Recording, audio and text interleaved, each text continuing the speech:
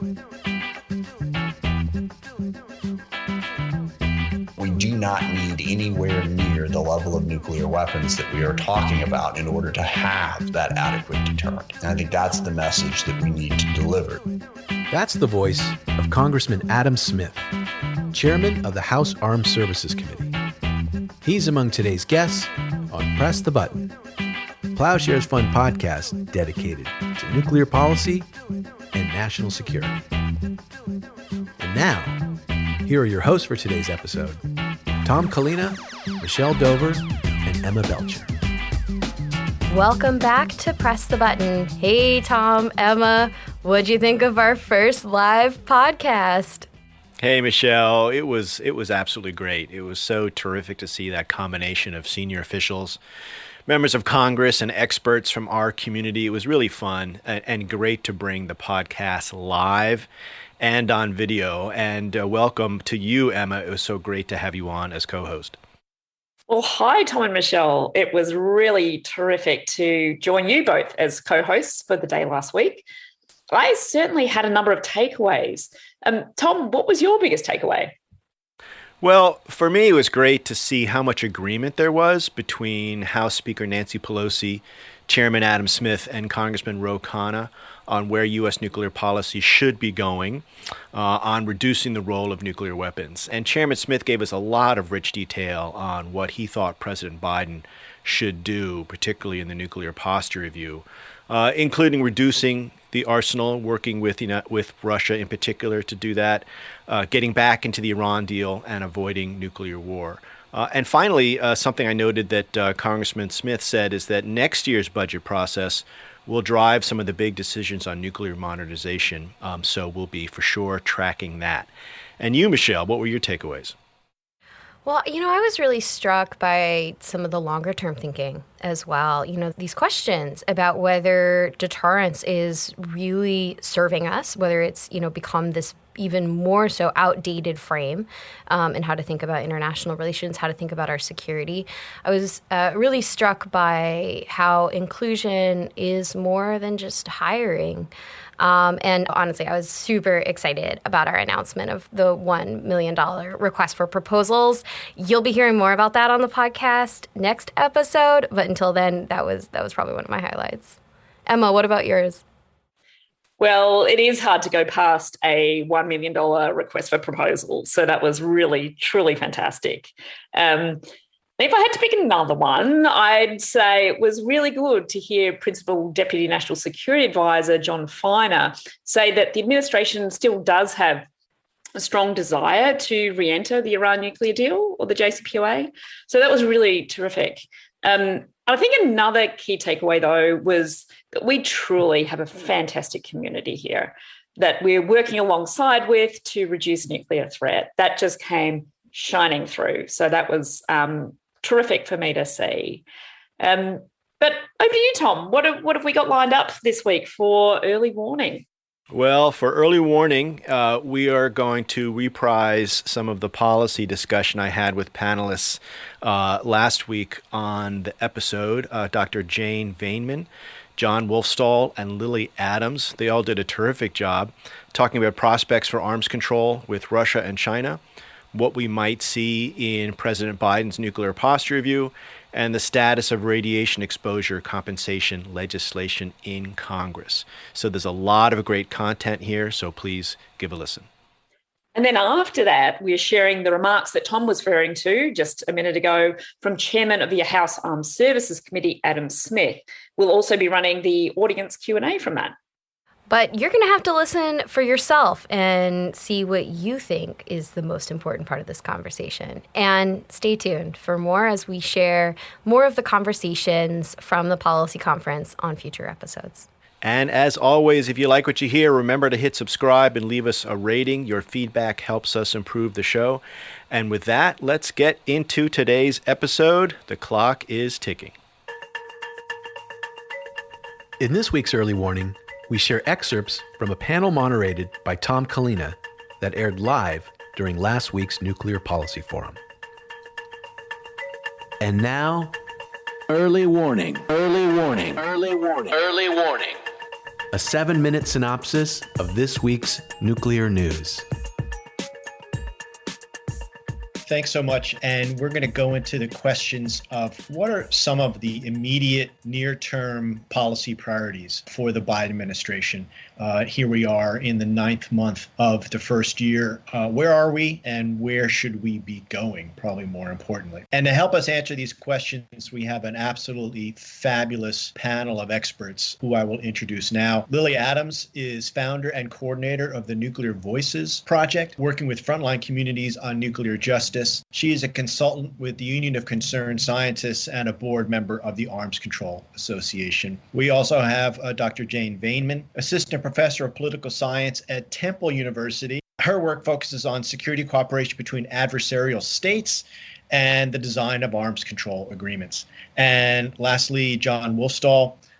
He is no stranger to our community, senior advisor for Global Zero, and on the board of the Bulletin of the Atomic Scientists, and he was special assistant to President Obama and senior director for arms control and nonproliferation at the National Security Council. Thank you all, great panel, for being here. It's a pleasure to see you. We're going to ask a series of questions, and I'm looking forward to having a great discussion on all these issues. And Jane, let's start with you. And let's focus on United States and Russia and arms control.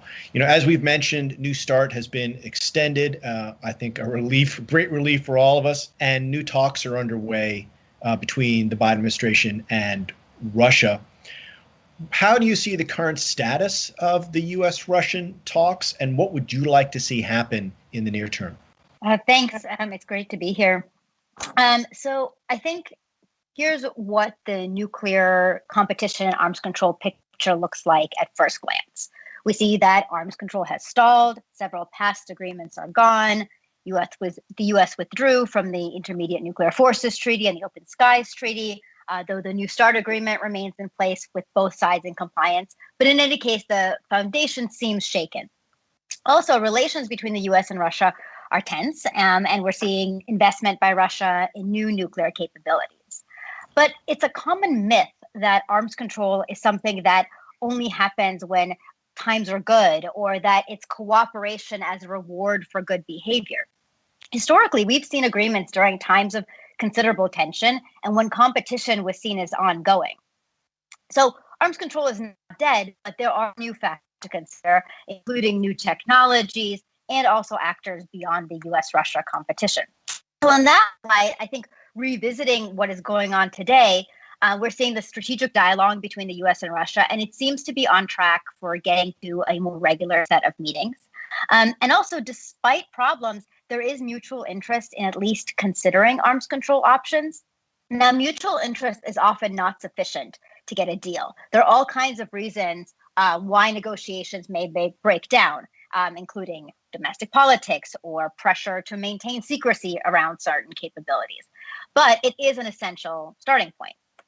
So I think in the next year, the Biden administration should think, negotiate, and build momentum. So on the thinking, I think sort of what does the U.S. want to get out of an arms control process? What are we willing to put on the table?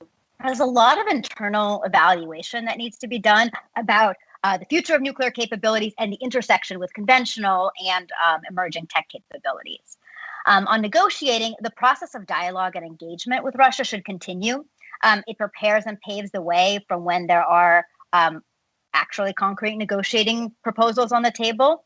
But I think it can also inform that thinking process about what trades or deals might exist in a potential agreement, or what kinds of legal approaches or monitoring related innovations we might need in order to make a deal possible.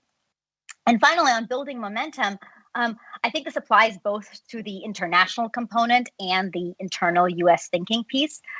The more regular and established thinking and negotiating pieces are, the more they can be insulated from news cycle dramas and fluctuations in the U.S.-Russia relationship, which may be quite volatile on other issues. I think also there could be moments of opportunity that emerge, and being ready with a process in place is quite important. Just a follow-up question, Jane, for you. What is your sense of what the trade space will be in the next treaty, right? People have talked about how what the United States wants is some limitations on Russian tactical short-range nuclear weapons. And what Russia wants is some limitations, some control on the extent the United States could expand its missile defense capabilities. Do you see some trade space there? And are there other issues that you think are on the table?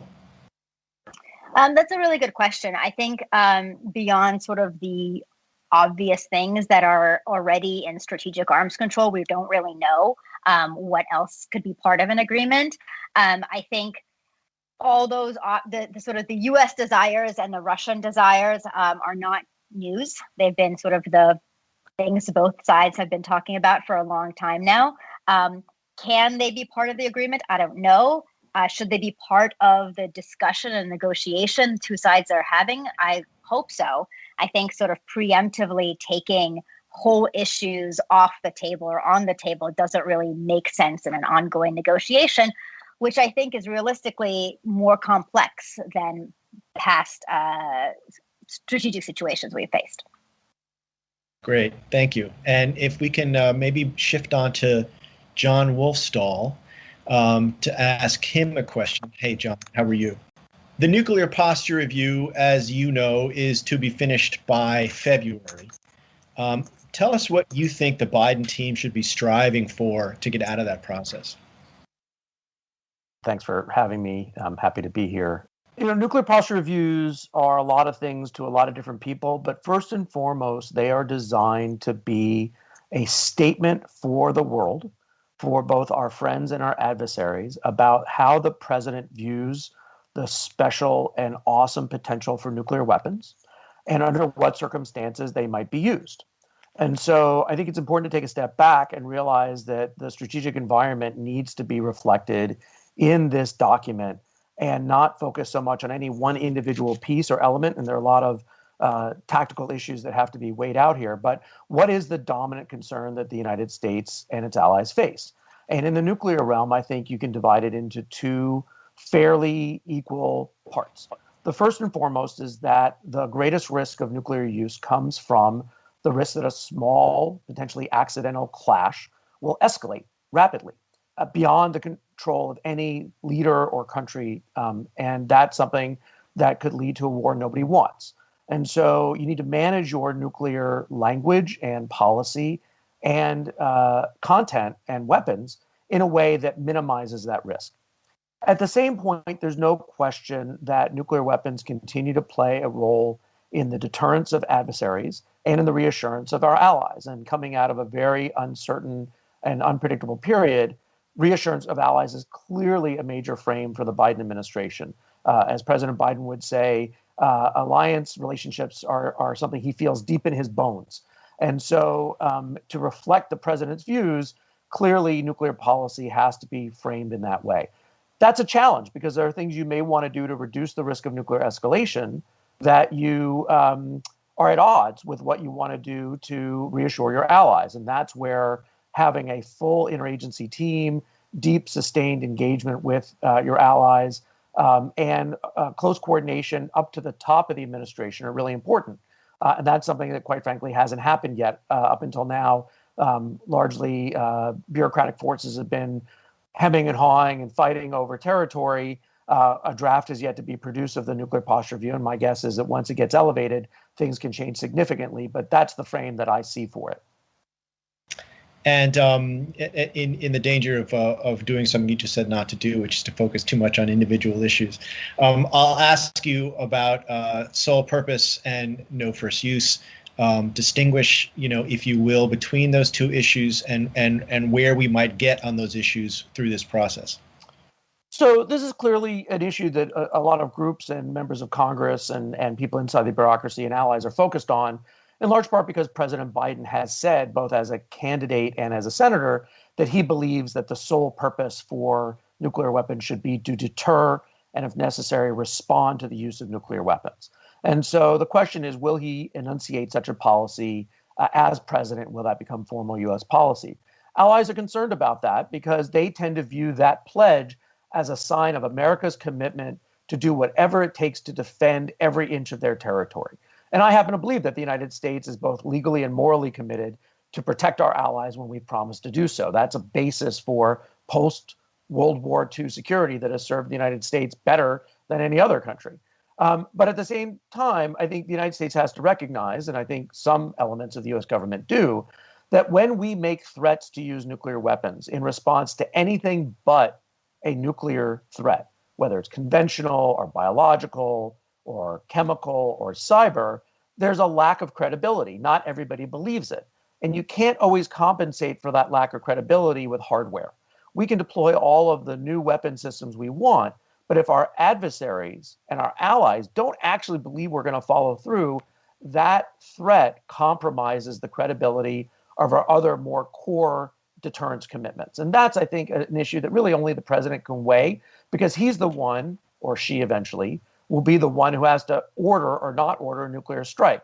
And it's important that the posture we have reflect their actual thinking. And that, more than anything, is my criticism of the last nuclear posture review and the last nuclear employment guidance, which it was the thinking of the Pentagon and the thinking of the uniformed military, whom I respect, but it was not the thinking of the president, because nobody knew what the president thought. With President Biden, you have much more of a predictable track record. And I think once he has a chance to actually weigh in, we're likely to see this issue really sort of come to a head. Thanks. And John, we'll come back to you in a minute. I want to bring Lilly Adams into the conversation here. Lilly, great to see you. Let's talk about radiation exposure and compensation. Of course, the Radiation Exposure and Compensation Act, RECA, as you know, and our community knows, expires next summer. And Senators Lujan and Crapo have introduced a bipartisan bill to extend and expand it. Give us your sense of what this bill does, how important it is, and what is going to happen now.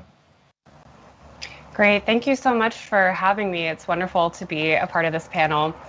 This is absolutely, there are lots of different radiation exposure issues that are important on the horizon, but this is for sure the most urgent one because RECA is set to expire in July of 2022, which is under a year from now.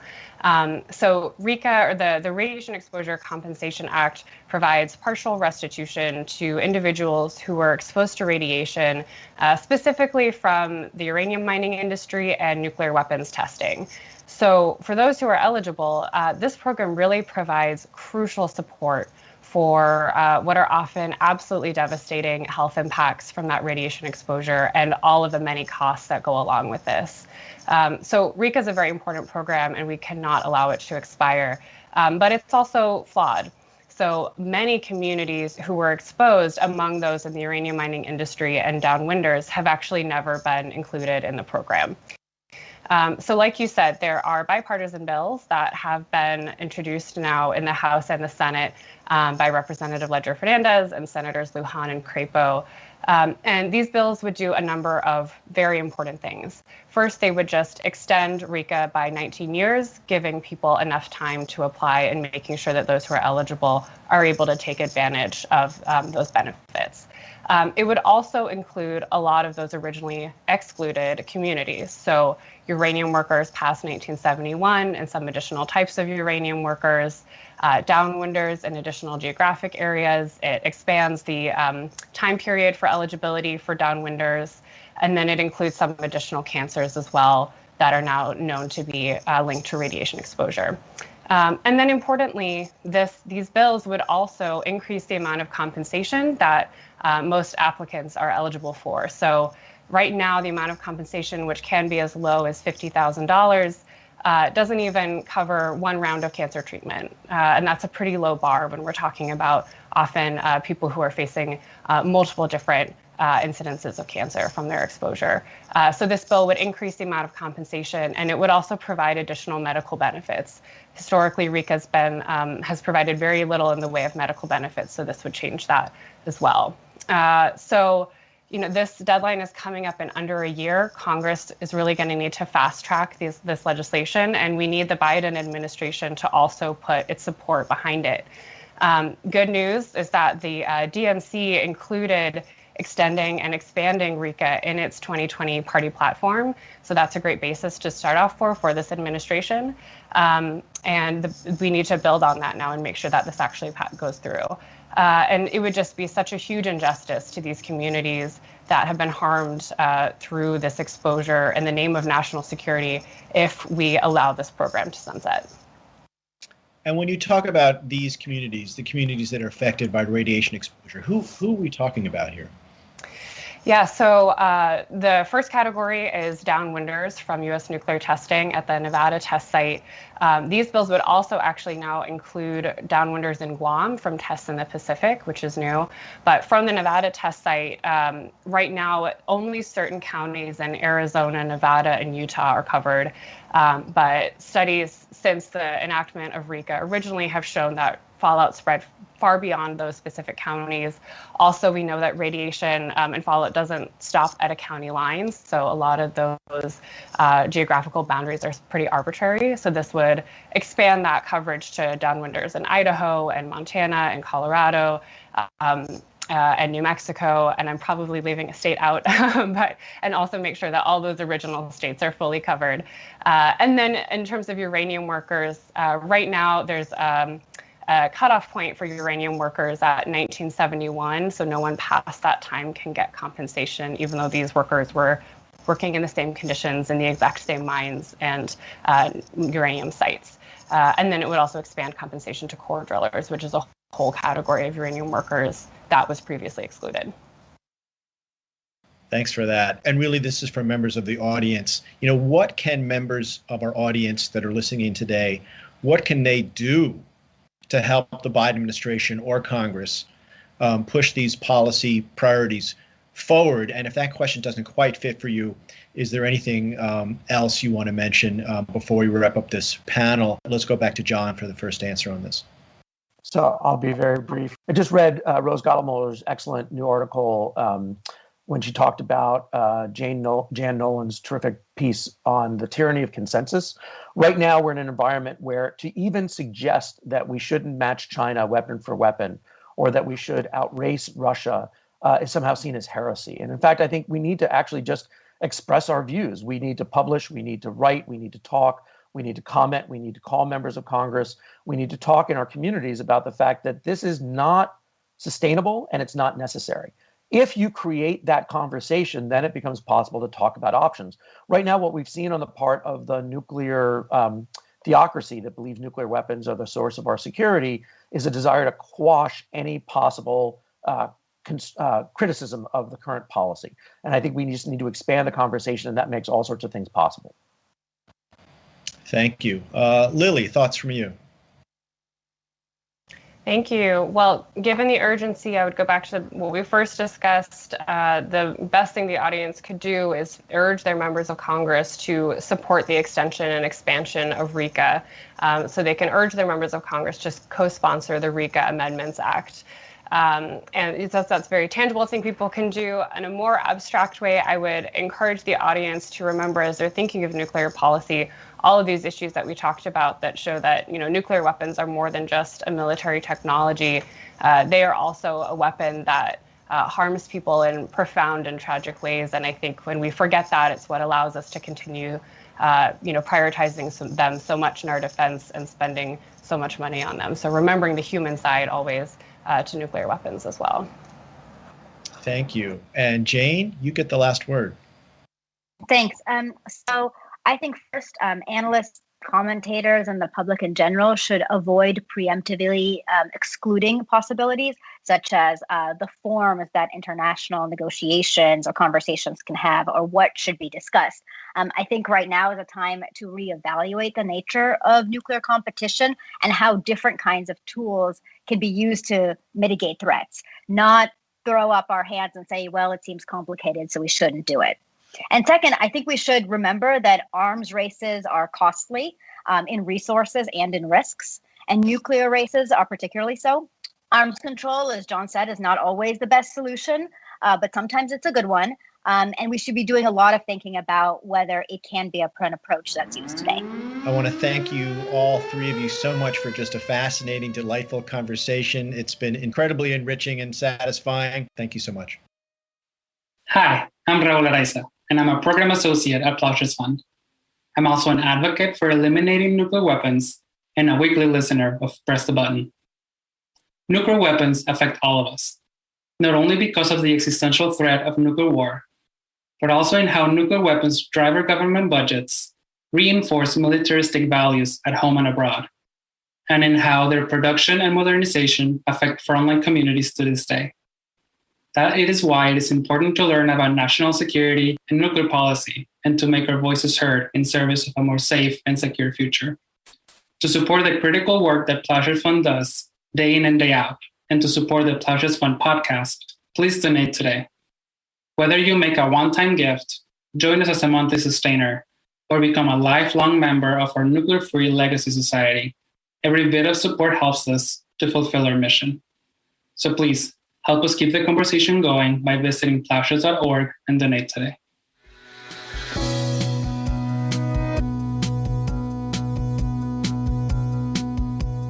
And now, here are remarks from Chairman of the House Armed Services Committee, Adam Smith, that aired live during last week's Nuclear Policy Forum. I'm pleased to now introduce Chairman of the House Armed Services Committee, Adam Smith, representing the 9th District of Washington State. As Chairman of the House Armed Services Committee, Representative Smith has unique insights into today's foremost national security issues. Chairman Smith is a strong supporter of a more rational and affordable approach to nuclear deterrence, one that does not invest in dangerous new systems, such as more usable low-yield warheads or new land-based missiles. He, along with Senator Warren, supports a US no first use policy and introduced legislation to establish this in law. He's a strong supporter of the Joint Comprehensive Plan of Action, the JCPOA, otherwise known as the Iran nuclear deal, and we greatly appreciate his support on this issue. So Chairman Smith, thank you very much for joining us, and the floor is yours. Well, thank you. I appreciate the chance, and I really want to thank Plowshares for all the great work that you are doing to bring attention to this incredibly important issue. I mean, there are a lot of challenges that we face in this country and in the globe, to be sure, but you know, the two that are really existential are climate change and the possibility of a global nuclear war. Those are the two greatest threats to the planet, and I think as such deserve our attention and our efforts to reduce the likelihood of either one of those things destroying the planet. So your leadership in bringing attention to those issues has been enormously helpful. And this is a pretty critical moment in this debate and discussion. The Biden administration is in, and they are now looking at redoing the nuclear posture review as well as redoing the national security strategy. And I know we're like 8-9 months into the Biden administration, but it's really just getting started. The transition, for a variety of reasons, was slower than normal. We still have a lot of key people being put into positions. So now is the most important time to influence those key decisions going forward. And as was outlined by Emma in the introduction, my basic stance is we absolutely need a nuclear deterrent. I think we also need to upgrade our nuclear weapon systems in a variety of different ways, but we do not need anywhere near the level of nuclear weapons that we are talking about in order to have that adequate deterrent. And I think that's the message that we need to deliver. So as we're looking at what we're going to do going forward, that's the way I think we need to look at it. We don't need as many nuclear weapons as they've been talking about to meet our deterrent capabilities. And there's a whole series of issues that go into that. Certainly the land-based systems is one big aspect of it. No first use is a big aspect of it. This was mentioned, low-yield nuclear weapons, moving off of those, bunch of different pieces to that. But the other big thing that I really want to emphasize in just the couple of minutes I have here is the importance of arms negotiations. The JCPOA was mentioned. I think that was a very effective agreement until Donald Trump decided to tear it up. And we can see the results of that. Iran, since the United States under Trump's presidency walked away, has gone back to moving towards developing a nuclear weapon. That is destabilizing, and that is what the JCPOA was preventing. We still, I believe, need to get back into that agreement in order to try to reduce the proliferation challenges that we're facing from Iran. But that also applies to the broader issue of Russia and China. We need to get back into arms negotiations with Russia and China, specifically on nuclear weapons, but more broadly as well. There are a ton of new capabilities that are being developed out there. And if we don't have a clear understanding, and if our adversaries don't have a clear understanding of what each of us has, that really increases the risk of misunderstanding that causes us to stumble into a deadly conflict. As we are improving missile defense technology, that has an impact on the national security interests of these countries. So we need to have conversations about the weapon systems that we are developing with the other two major nuclear powers in the world, Russia and China. We need to open up those negotiations as soon as possible. So we're moving forward on this. I know a number of folks are disappointed that there was not a more aggressive push this year. But really next year is going to be the moment when the 23 budget is really going to drive a lot of the decisions here. And the last thing I'll say is we need to really build support for this principle, because the folks who think that we need a lot more nuclear weapons have a lot of votes and a lot of power. We need to make the counter argument. And that's why what Plowshares is doing is so important. Engaging with constituents and then having those constituents engage with members of Congress to make the case for your more sensible approach to these issues. That's the type of support we need to be successful up on the Hill. Thank you very much, Chairman Smith. First up, what I'd like to ask you about is what are you hoping will result from the nuclear posture review that's currently underway? Well, I think that the hope is a more realistic look at the number of nuclear weapons we need and what deterrence really looks like. And the case, I think, is pretty straightforward that, what we have in the two legs of the triad, in the air and the sea, these are the most survivable and most effective deterrents. They are much harder to identify where they are, easier to keep hidden so that they can be used regardless of the type of attack that is coming forward. And I think they are very effective. I don't think the ground-based systems, they were first because that was the technology that we developed first. And just because it was there doesn't mean that it should continue to be there. By and large, our ground-based nuclear systems are simply a target in the middle of the country. So I hope we will re-examine the utility of the triad and the reasons behind it. Number one. And number two, I think we should look aggressively at what a deterrent strategy looks like. Instead of, really, when you get beyond deterrence, what you're imagining is, okay, how can we possibly win a nuclear war? Well, you can't. So the message we need to send to our adversaries is that we have a more than adequate deterrent to threaten their existence if they choose to engage in nuclear weapons. And I guess the third thing I would say is to really delineate that line throughout the history of nuclear weapons. There's kind of been a sort of moving back and forth on the basic issue of what are they for. Certainly mutually assured destruction was a core of it. We've got nukes, you've got nukes. If you use yours, we will obliterate you. But we've also stumbled into the idea that nuclear weapons could also be used in a tactical fashion or in response to a conventional threat. I think we need to move ourselves to the point where we make it 100% clear that nuclear weapons now exist for one and only one purpose, and that is to deter their use. Once you start talking about using lower yield nukes or tactical nuke in a conventional setting, you open up a very dangerous situation. So those are the three things that I hope will be considered. Thank you very much. Certainly sound like really sound things to be considered, and we'll be anxious to see what results from this NPR. So now we have the first question from Kevin Davis, who asks, what do we need to do to get President Biden to revisit the sole authority policy? Yeah, I know there's been a lot of discussion about that one. Certainly there was a lot of discussion when Trump was president. You don't want, a president, certainly not a president like Donald Trump, to have that authority. It's hard to figure out how you're going to move away from that. If the president of the United States decides that he wants to launch nuclear weapons as the commander in chief, it's really going to be hard to get in the way of that. And as Chairman Lilly pointed out to a number of people, the president can't really do it just on his own. And this became a serious question in the last 6 months of the Trump administration that I spoke with Chairman Lilly about many times, and Secretary Esper as well.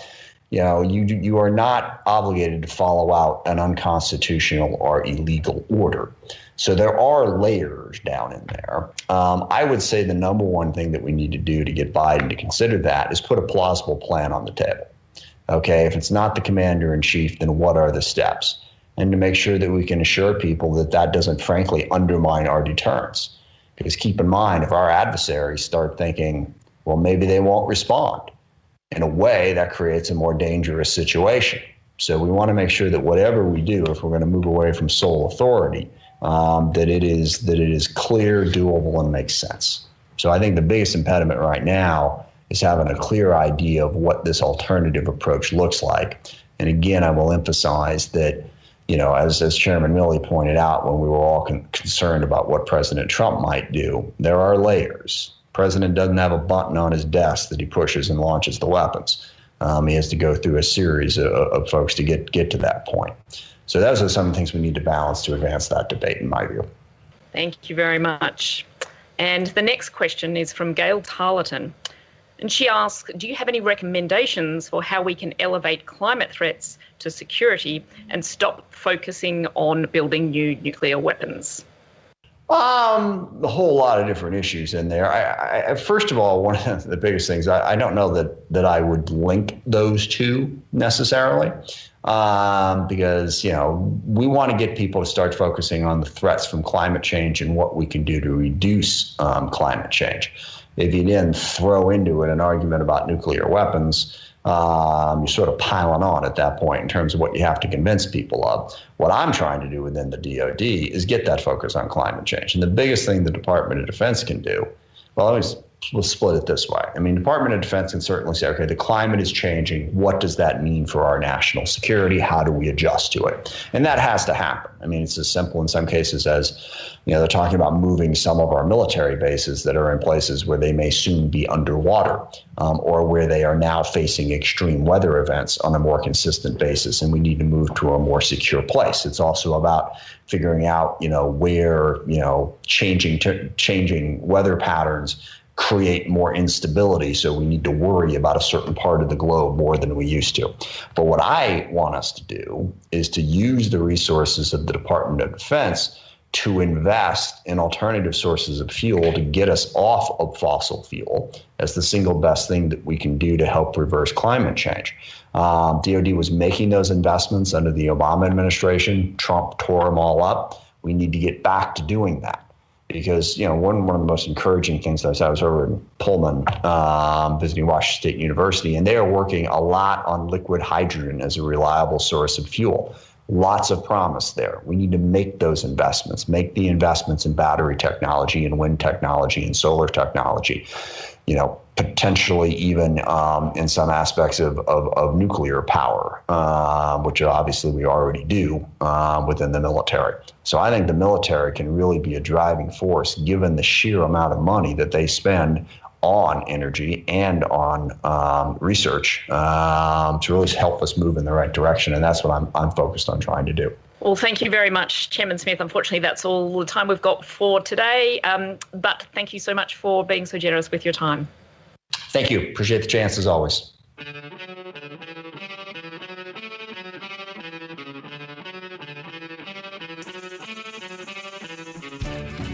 Thanks for listening to Press the Button. This podcast is produced and edited by Alex Hall in Washington, D.C., and Delphine Vigil in San Francisco. Research by Desiree Cepetis and Harry Tarpey. Audio engineering and sound design by Michael Padilla and the Soundport Recording Studio in Grass Valley, California. Our theme song is by Lyrics Born and the Poets of Rhythm, sampled with kind permission. Additional music by San Francisco-based bands 17 Evergreen and the Society of Rockets. To continue the dialogue and support our work, visit plowshares.org.